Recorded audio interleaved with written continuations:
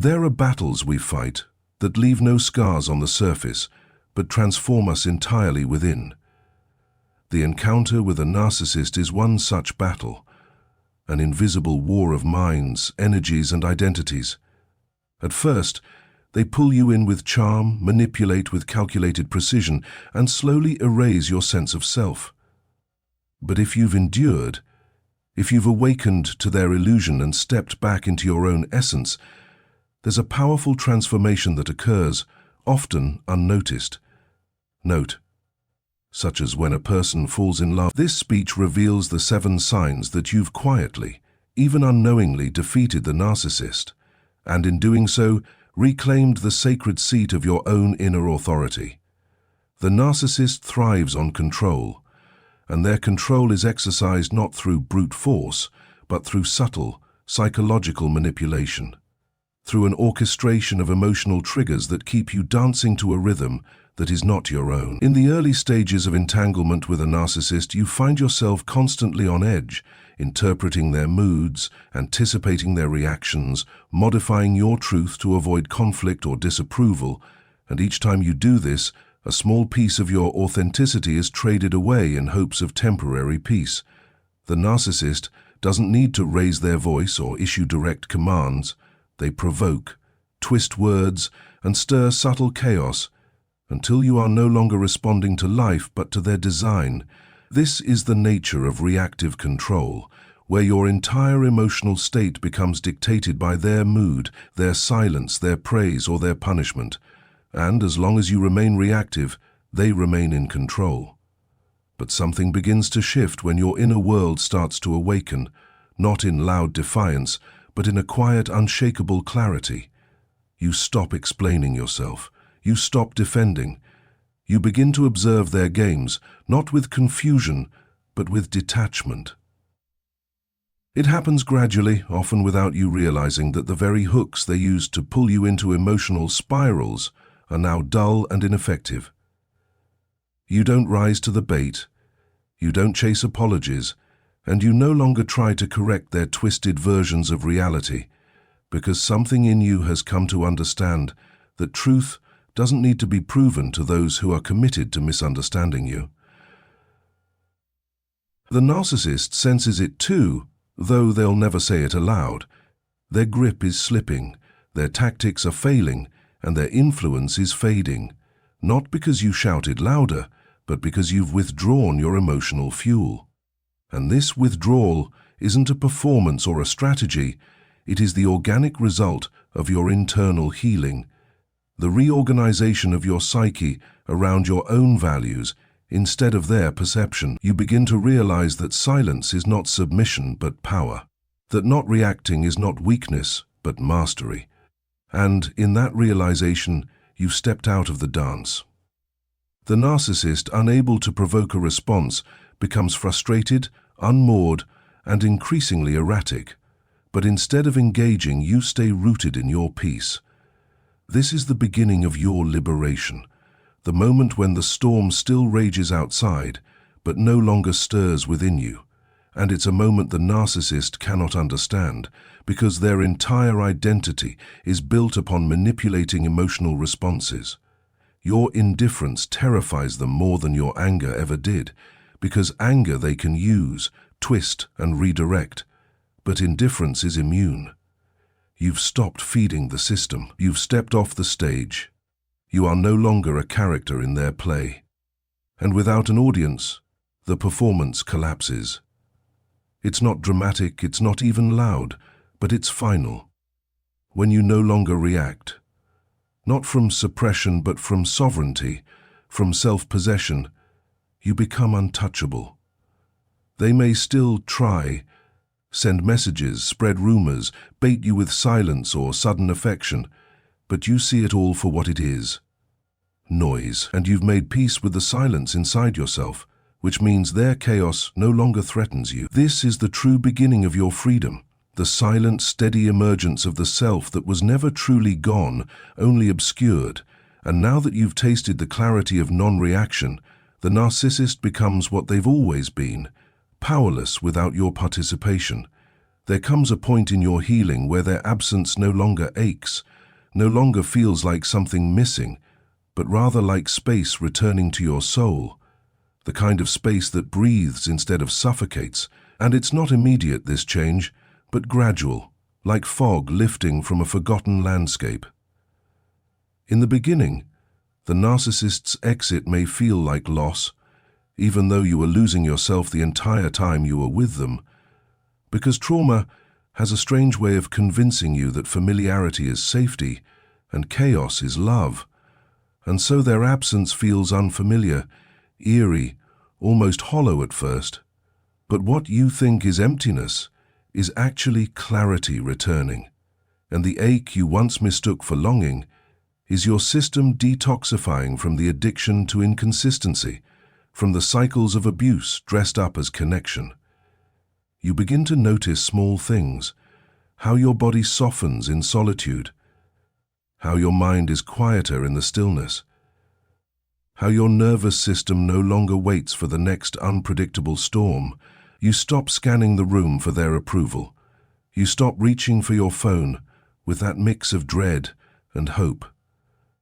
You begin to breathe more fully, think more clearly, feel more safely. And each moment without their presence reinforces a truth you once doubted.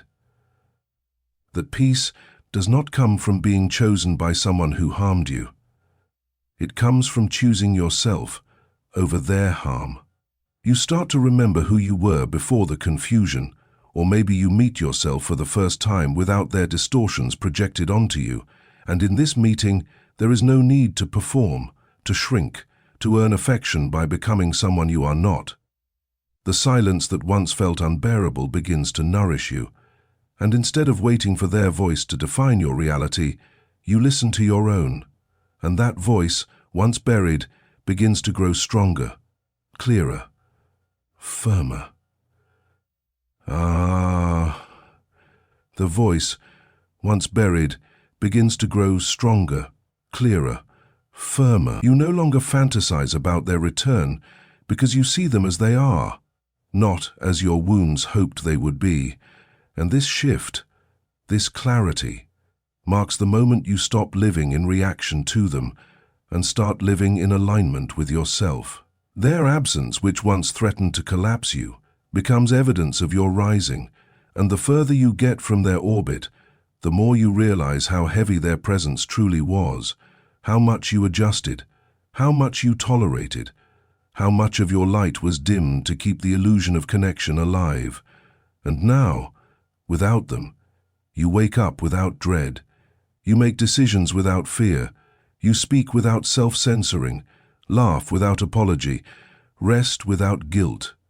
This is not just the absence of pain, but the presence of self, a self that is no longer fragmented by their gaslighting, no longer confused by their shifting masks, no longer seeking love in the very place that taught you to abandon yourself. The more time you spend in their absence, the more you stop seeing them as someone special, powerful, or irreplaceable, and you begin to see them for what they truly are: a person unable to meet you where you deserve to be met, a person who used your empathy as currency, your kindness as leverage, your insecurities as tools of control. And instead of trying to understand their brokenness or mourn the connection that never really existed as you thought it did, you start to celebrate your capacity to survive, to heal, to return to a wholeness that doesn't require another to complete you. Have you felt bitter? Look at yourself and tell me that emptiness that once made you doubt your strength is now the doorway through which your freedom walks, and you realize, often quietly, that you haven't just survived them, you've outgrown them, evolved beyond the level at which their energy can function, and that evolution is the final liberation they can't undo or infiltrate. When you begin to set boundaries without guilt, without over-explaining, without fearing the fallout or trying to manage other people's emotions in response to your truth, it is one of the clearest signs that the narcissist no longer holds dominion over your internal compass, because boundaries are not just about saying no, they are declarations of self-respect, energetic fences that say, "This is where I end and you begin. This is what I will allow and what I will not." In the past, especially under the influence of a narcissist, boundaries may have felt like conflict, rejection, or abandonment waiting to happen, and so you learned to betray your needs just to keep the peace that never really existed, to accommodate, to silence your instincts, to make yourself smaller, more agreeable, less threatening. You were taught, perhaps through words, more often through reactions, that saying no would mean punishment, withdrawal, silent treatment, shame, or rage. And over time, this trained you to equate boundaries with danger. And that's why you tolerated so much. Not because you didn't know better, but because fear kept you compliant, shame kept you quiet, and confusion kept you bound. But there comes a moment, sometimes subtle, sometimes catalytic, when you realize that the cost of self-abandonment is too high, when the ache of saying yes to things that violate your truth becomes unbearable, and something within you rises, not from anger, but from clarity, from the undeniable knowing that peace cannot coexist with self-betrayal. You begin to draw lines, not out of resentment, but out of reverence for your own spirit. And when the narcissist attempts to cross them, as they inevitably will, you don't crumble or second-guess yourself like before. You don't rush to soften the impact, don't dilute your stance to avoid their disapproval. You say what you need to say, and you let the silence fall, wherever it may. And in doing so, you disrupt the cycle. Because the narcissist depends on your inability to hold the line, they depend on your guilt, your confusion, your longing to be seen as good, and when you no longer negotiate with your values to maintain their comfort, you become immovable in a way they can neither understand nor manipulate. Setting boundaries becomes less about control and more about alignment, about choosing what serves your peace over what appeases someone else's ego. And even when it's uncomfortable, even when people fall away or react with indignation, you begin to trust that what you lose by being honest is never worth more than what you regain by being whole. You start saying no not with anger but with ease, and that ease terrifies those who relied on your compliance, and their resistance becomes proof that the boundary was necessary, that the pattern is breaking, that you are no longer a participant in your own depletion. Over time, this self-trust builds momentum. It changes your posture, your tone, the way you enter rooms, the way you make decisions, and people can feel it, that quiet certainty, that inner authority that says, "I will not abandon myself." Not for love, not for peace, not for validation. You stop over-explaining because your worth no longer hinges on being understood. You stop tolerating disrespect because you no longer confuse love with endurance. And in this shift, you move from survival to sovereignty, from reaction to conscious choice. The narcissist cannot thrive in this space because their power was always rooted in your inability to choose yourself. And now that you do, consistently, unapologetically, there is no opening left for them to exploit, no fracture left to enter, no guilt left to manipulate, only a boundary, firm and sacred, guarded not by fear, but by love for the person you fought to become. There is a point in your healing journey where the things that used to confuse you suddenly become transparent, where the chaos that once clouded your mind now appears as a clear sequence of manipulative tactics that no longer hold power over your perception. And this shift does not come from confrontation or vengeance, but from an evolution in awareness that cannot be undone. The narcissist's tactics, once so effective in creating self-doubt, start to look like patterns, not puzzles.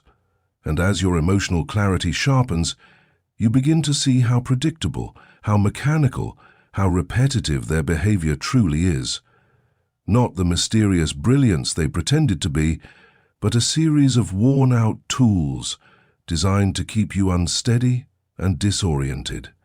You remember the moments they twisted your words until you questioned your own memory, the times they blamed you for things they did, the subtle rewriting of events, the guilt-tripping masked as concern, the affection used as bait, the sudden withdrawal used as punishment, the faux apologies that carried no accountability.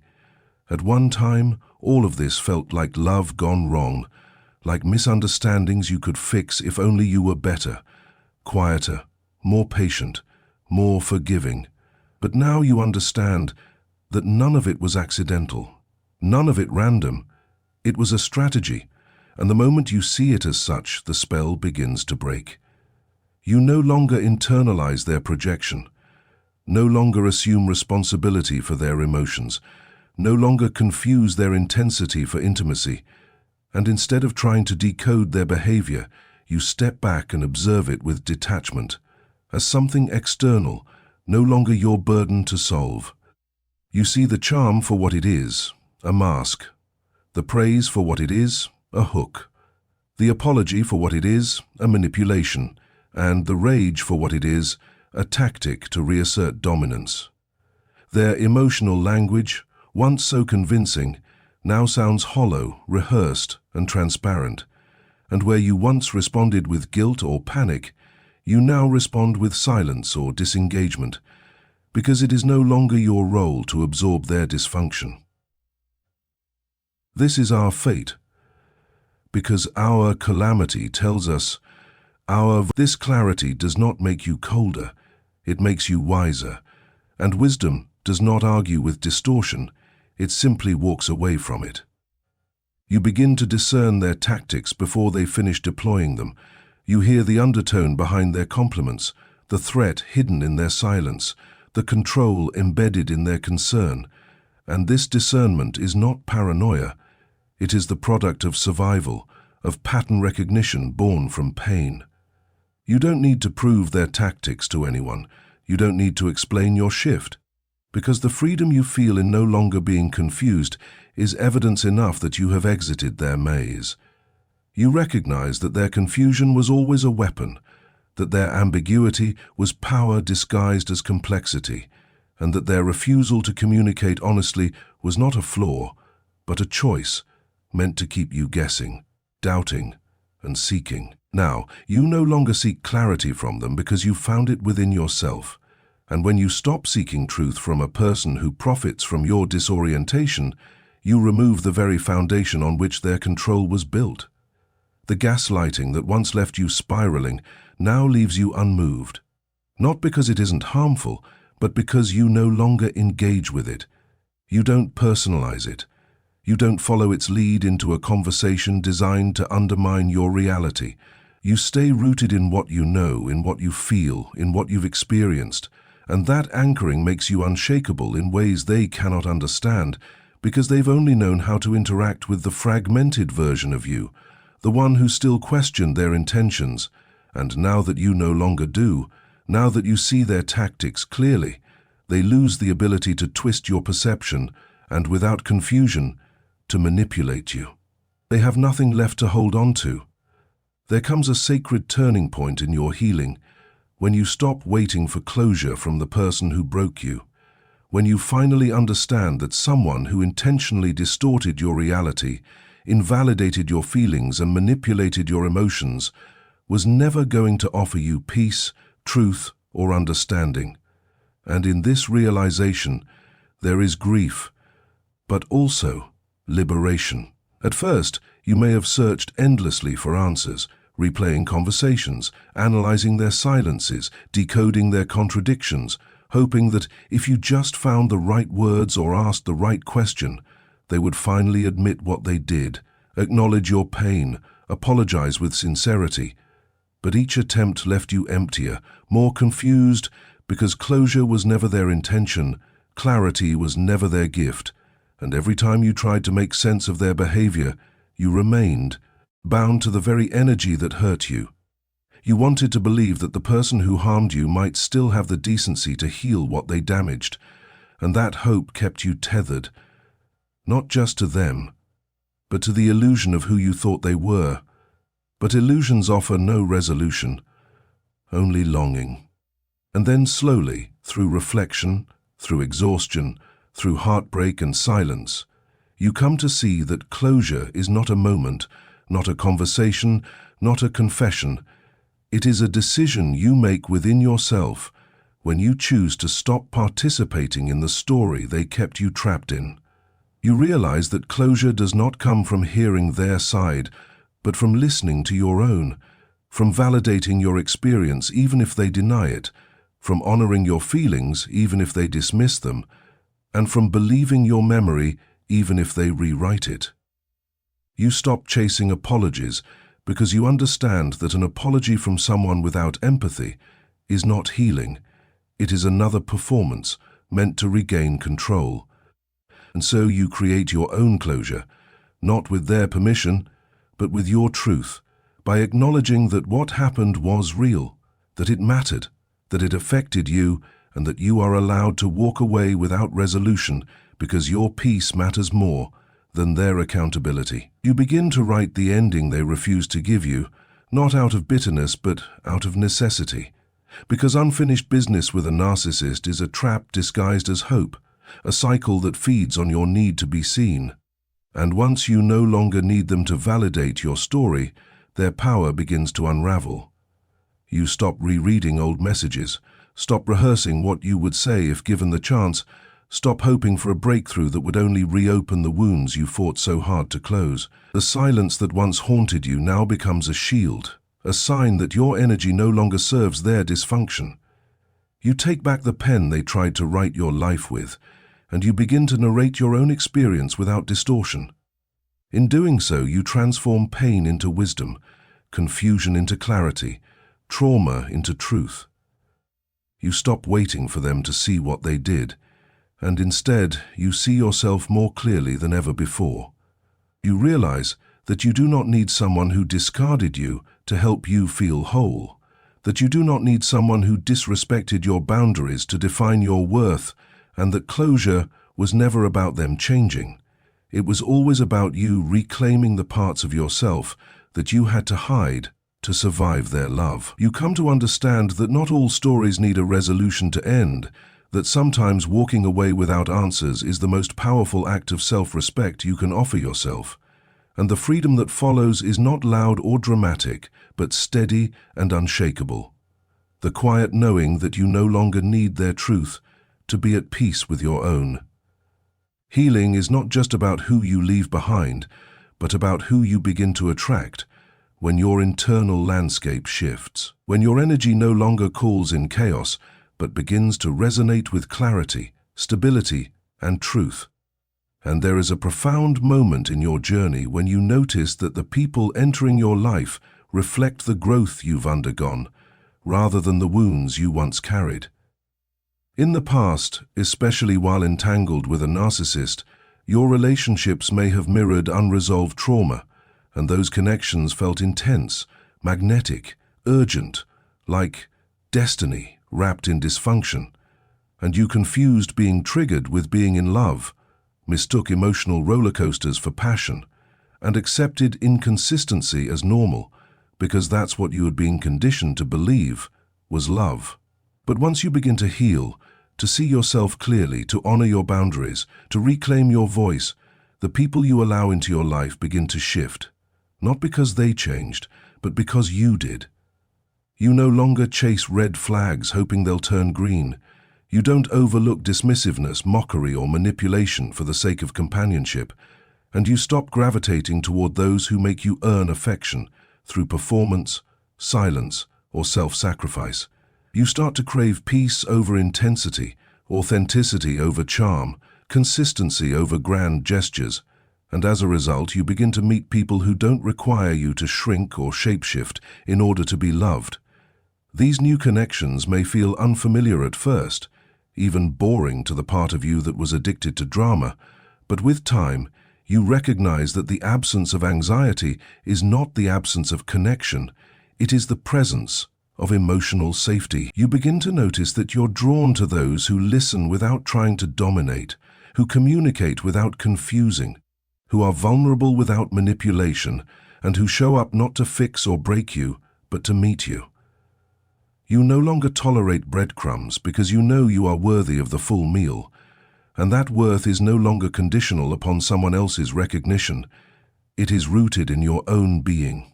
The people who once made you question your value no longer have access to you, not because you wish them harm, but because your vibration no longer matches the frequency of their dysfunction. You hold yourself to a higher standard, and as a result, you naturally hold others to that standard too, not with rigidity, but with quiet, steady integrity. You recognize the difference between someone who wants to possess you and someone who wants to know you, between someone who performs love and someone who practices it. These healthier connections don't just feel different, they activate different parts of you, parts that were suppressed in survival mode, parts that were quieted while you were tiptoeing around another's fragility. You begin to express yourself more freely, to dream more boldly, to rest more peacefully, because your nervous system is no longer bracing for betrayal disguised as affection. It becomes easier to trust your intuition, to say no without apology, to walk away at the first sign of manipulation, not because you've become cold, but because you've become clear. You realize that you are no longer attracting people who need fixing, saving, or controlling, because you no longer see your love as something that must be earned through suffering. Instead, you begin to attract people who honor your humanity, who meet you with presence, and who reflect back the wholeness you've cultivated within. The narcissist, who once felt like the center of your emotional universe, becomes irrelevant in this new space, not because you've erased the past, but because you've outgrown the level of consciousness where they were able to thrive.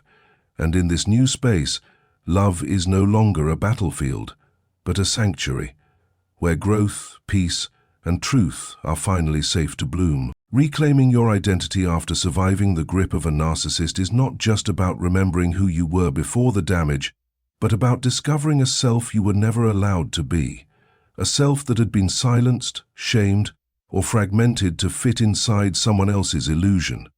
And when you begin this reclamation, it does not arrive all at once, but in pieces, quiet moments of recognition, subtle shifts in energy, a growing sense that your worth is no longer tied to their perception. In the depths of narcissistic abuse, your identity was slowly overridden, not by force, but by erosion, through repeated invalidation, through gaslighting that made you question your memory, through criticism dressed as concern, and through an unspoken demand that you become who they needed you to be in order to maintain their fragile ego. You learned to edit yourself, to suppress your truth, to prioritize their comfort over your authenticity. And over time, this disconnection from your core self became a coping mechanism, a survival strategy, a way to preserve what little peace you could find. But healing begins when you stop asking who you were in their story and begin asking who you are outside of it. When you stop defining yourself by the roles they assigned you, the caretaker, the fixer, the scapegoat, the admirer, and instead start peeling back the layers to reveal your own voice, your own desires, your own truths. This process can feel disorienting at first, like waking from a long dream where everything was shaped by someone else's narrative. But with every boundary you set, every moment you speak your truth, every time you choose your own peace over their chaos, you reinforce your emerging self, not the self built to survive them, but the one meant to thrive beyond them. You begin to notice how your body relaxes in your own presence, how your thoughts are no longer filtered through fear of judgment or abandonment, how your actions align more closely with your values, not because someone approves, but because it feels like integrity. You rediscover joy in the smallest things, joy that is unconnected to validation, joy that comes simply from existing as you are, without performance. And that joy, however quiet, is revolutionary, because it means you are no longer imprisoned by their conditioning, and also because it means you are no longer suffering denials and deceit and fear. You stop shrinking in spaces where you used to tiptoe. Stop second-guessing yourself in conversations where you were once silenced. Stop apologizing for taking up space, and in doing so you become more visible, not to others, but to yourself. Your voice, once shaky, becomes steady. Your intuition, once dismissed, becomes your compass.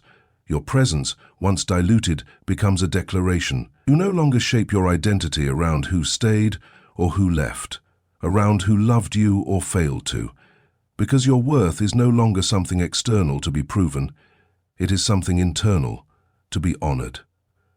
You begin to surround yourself with people who see you without needing you to shrink, people who celebrate your evolution instead of fearing it, people who offer connection without demand, love without condition, truth without distortion, love, not and in this space, you realize you are not the same person who once begged for crumbs, who once mistook intensity for love, who once handed your soul to someone who only knew how to consume. You are someone who chose to rise, to reclaim what was buried, to rebuild not a version of your old self, but a new foundation from the pieces they could not destroy. That reclamation is not loud, not boastful. It is a quiet fire that burns steady, a knowing that no matter how deep their influence once ran, it no longer defines you, controls you, or holds you hostage, because the self you've become is no longer someone they can reach, and that is the most undeniable form of freedom you will ever know. Victory over a narcissist is not marked by their defeat. It is marked by your rebirth. It is subtle, spiritual, and deeply psychological. You don't need applause, revenge, or their recognition. You need only to know that you have transcended their grasp. You have grown into someone they can no longer reach, manipulate, or define.